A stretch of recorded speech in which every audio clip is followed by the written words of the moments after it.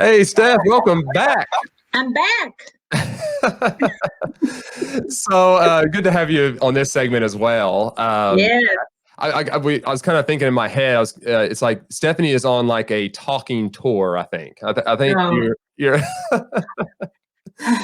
So just a little bit of backstory here. She had a good success at some open houses by doing certain strategic steps to get people to there. And that led her to leading a company training session this past Wednesday at our 21 Squared training sessions that we have every Wednesday at 10:30. And so she was on there doing the training. So the agents that are with our company are watching now. So this will be a little bit like that. But this is for those agents out there that are not part of our company that just really kind of say, open houses that you don't get anything at those are worthless. Don't waste your time, all that good stuff. That's what we're going to talk about right now. So that's what this is about, right, Steph? Yes, definitely. So, yep. So let's start off with that right there. Let's just begin with the negative part. So in regards to open houses, most agents have that negative opinion about them. What do you think? I couldn't relate. I've always loved them. No, that's complete lie. No, when I first started real estate, I would get so excited and plan these open houses to sit there all by myself and then have to report back to a seller that Worst. no one came. And I thought I was doing all the things that you're supposed to do. I put out a sign, I put an ad in the paper. I did these things and I would sit there and I was joking with our crew on Wednesday and telling them, like, sometimes I would do a panic call about halfway through and call my sister or my mom and be like, you better get over here and walk through this house because I can't tell them nobody came. So that was my experience. So after that, I just started doing just broker open houses, which, are still good and beneficial in a lot of ways. Get some honest feedback.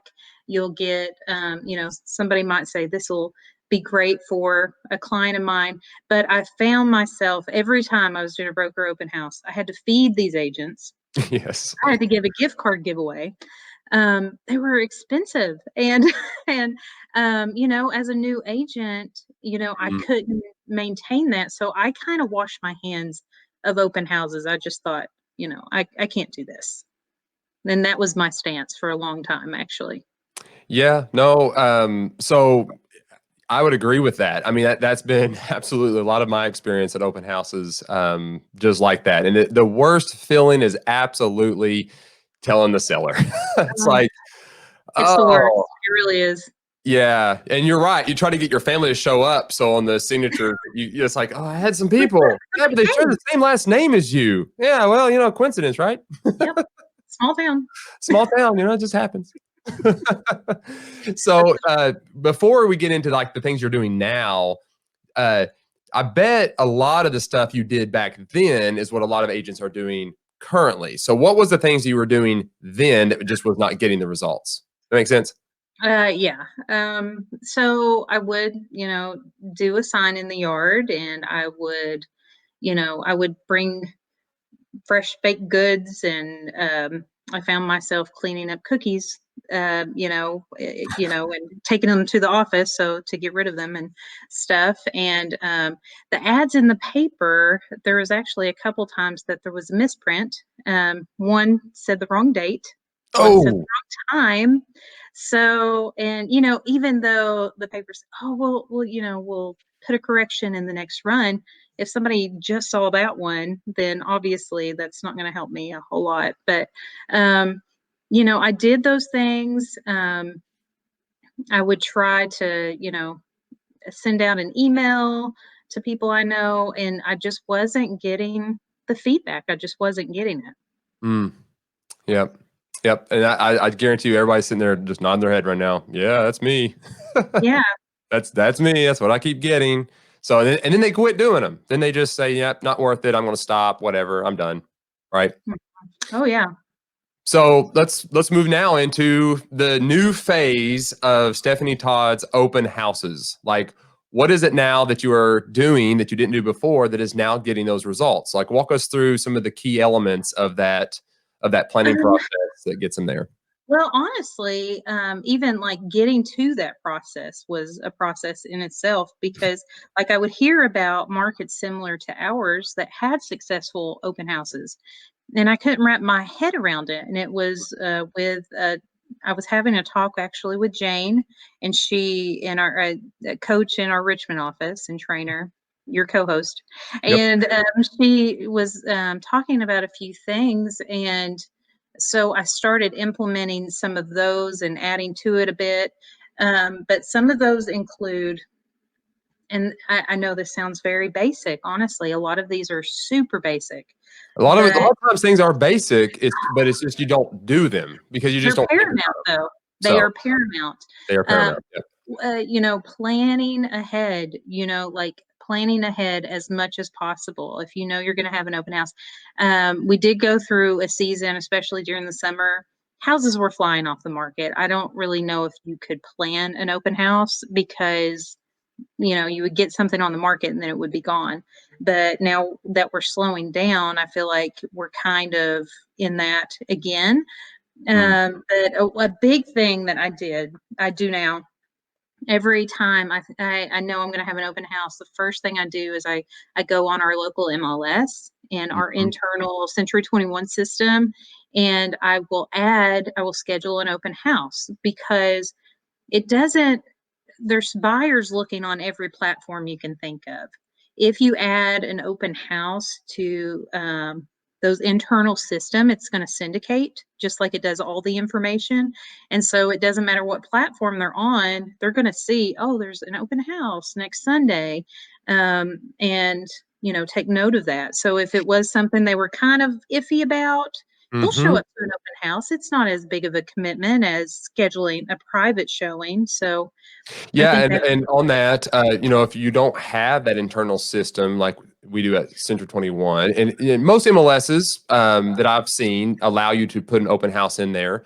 But you can go to your Zillow, Trulia, and yeah. Realtor.com. You can go to those accounts and manually add those in. So we have a system that we put it in and it just syndicates to a few hundred websites and promotes that. But as an agent that might not have that, that is an option. But that's what she's talking about there. Go ahead, Stephanie. I'm sorry. Oh, no, no, no. No, no, that's good because, well, in Century 21, we actually, every time we put in a listing, it creates a unique property website too. And I don't know if everybody knows this, as soon as you put it in our internal system, it even shows up on that website. Yeah. So, just one less thing that you have to do, but it's just a quick step. It doesn't take very much time. Um, Another thing is, I like to design a flyer, and there's so many avenues to do that through. There's a lot of different ones in our internal system, even um, our Brain center and yes, even brand studio and Mhm. the even the property website. There's flyers that you can create on there. Canva is one I really like. But I do those for multiple purposes. One, I do put it on social media, including I always try to utilize marketplace. Now I do put a disclaimer on all my marketplace listings. In the description, I put that the home is not available for rent or for owner financing because I Oh, that's always good. get those messages. So I try to put that disclaimer. But even the flyer that I make that my number one photo when they open up that listing. Oh, So that's a great idea. yeah, and then it's just easy to remove after the open house is over with. Mm. Um, but that way you're not creating something separate. I tried that once and it worked okay, but I feel like adding it to the marketplace listing already and then you can do a refresh is a good way to go. Um, and then depending on the property, a lot of this depends on the property. If it's in a subdivision, just walking the subdivision with a flyer and sticking it in the doors.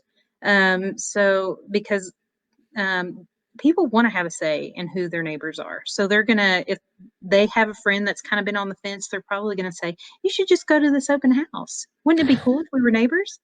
Um, And then if it's more of a rural area, I have one coming up that it is more rural America, but there's a local grocery store and beauty shop and these other like local businesses that have message boards. And Mm. so I put the flyers up there. Because in small knit communities, you see that a lot. A lot of these locally owned restaurants, even and stuff like that. That's a So I great try idea. to utilize that as much as I can. Don't put it in people's mailboxes though, because Very good that's point. yeah, you can't do that. um, let's see. Signage is a big thing. I told you I put out a sign before, and I would either have a rider that said open house, and I'd stick it on my sign. I thought everybody will see it. It'd be awesome. But putting out your signs early is the key to that. Yes, yes. Um, so all my open house signs, I have, that have my name on them and everything. They all say Sunday 2 to 4. So I will set them out Monday before the open house. So it's out there as long as possible. If you put it out 2 weeks before, you might cause a little bit of confusion unless you have a special sign made up that actually has the date. As the date, yeah. Yes. But and then directionals, of course. Jayne, she did bring up, you might want to check with your city ordinances to see if that's okay in your area. In my area, it is. I can put those out early. And the day of, and it may seem, again, pretty basic, but I will put balloons on all my signs. The directionals, if there's multiple ways to get into a subdivision, I have balloons and a directional on every single one of those signs. Now I do clean up after myself. I go back You don't after leave the the open house. balloons I don't. drooping and If yeah. there's a kid walking around, I'll ask them if they want a balloon or whatever. But Oh, that's a great idea. yeah, yeah. But I don't, leave my mess, but I do try to put those out before the open house. Just to draw some more attention to it, because it could have even been, on somebody's normal route and they've seen it, but the day of, if they see the balloon, it'll catch their attention even more. So That's good. that's what I try to do. We've actually had agents do invite bankers too to Mm. their open houses. One agent in particular, he had a lender who was like, "We need to get together for coffee. We got to, and he was like, "Well, why don't you just come to my open house and set up? There you So go. if people need pre-approved, you're there.